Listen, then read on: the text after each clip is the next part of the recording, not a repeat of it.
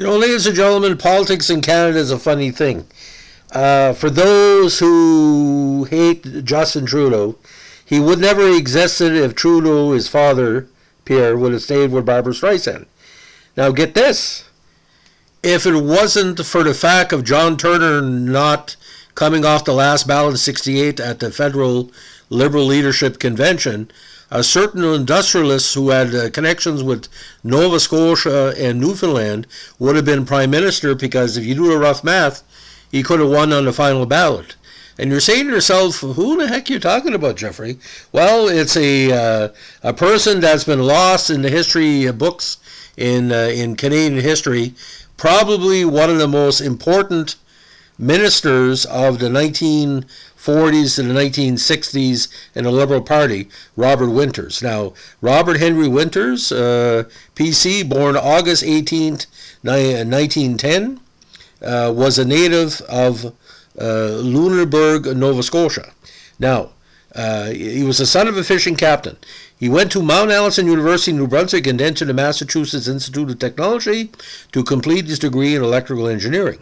He worked for Northern Electric before joining the Army in World War II, eventually becoming a lieutenant colonel.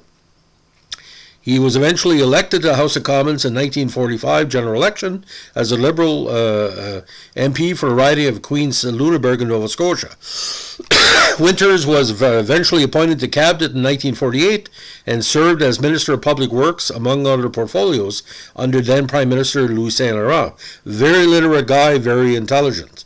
Now, he was defeated along with the Saint Laurent government in the 1957 election and was preceded in the riding by, get this, Red Kelly. Now, Winters entered the corporate world, becoming a chief executive officer at a series of companies.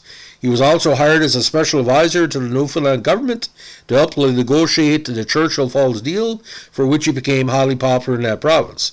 Now, he was persuaded to return to politics by Lester Pearson and won the Toronto seat of York West in the 1965 election, again preceded by Red Kelly, becoming Minister of Trade and Commerce in Pearson's government.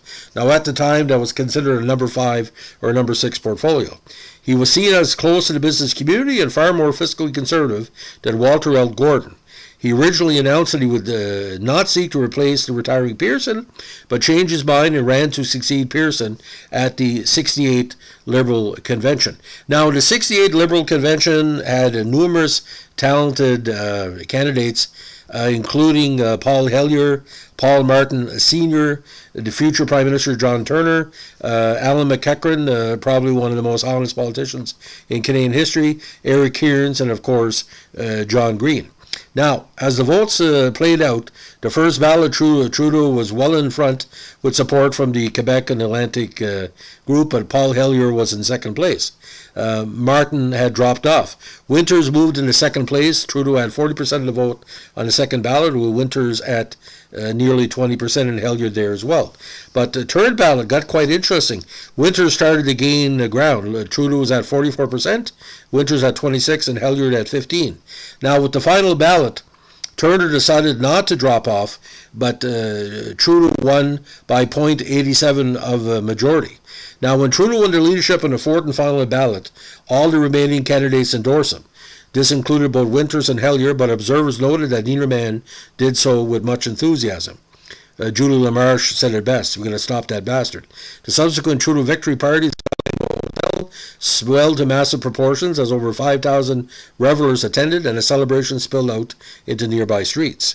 Now, when he was sworn in as Liberal leader and Prime Minister 2 weeks later on April 20th, that summer he led the Liberals to victory in the 1968 election, and the rest was history. Trudeau mania. Now, as for Winters, he left politics, and he was some discussion was going to come back to become president director of Brazilian Light and Power and a vice president of CIBC. He was also very involved in New York University and served as the first chair of its board of governors. However, in 1969, while in California, he suffered a heart attack during a game of tennis. He died at age 59 in an ambulance on his way to hospital. Winters College at York University, again, is named in his honor. Now, the Lunenburg riding, he won by almost a little bit over 1,200 votes against his second place finisher, PC Melbourne Gardner. So a very interesting career because people forget about him, but he was a very learned guy if he would have decided to stay. But I think what happened, he would not stay. He would stay in a Pearson cabinet, but wanted to be Prime Minister of Canada to keep a fiscal, tally in Canadian history. But ladies and gentlemen, my God, what a time that Canada went through, when from the rise of Trudeau and the Pearson government to his election, and there was a lot of heavy hitters in that convention. It's too bad that we don't have any channel on CBC would repeat all these conventions and what have happened, because easily if things would have went different, Winters would have been Prime Minister of Canada, and the whole of the universe would have completely changed.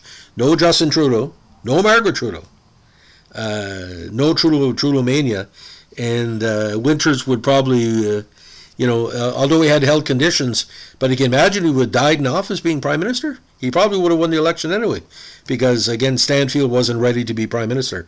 So that's the story about the almost King of Canada, Prime Minister wise. If you like what we're doing here with our political podcast, let us know with a like, comment, and subscribe. Thanks for listening. Bye.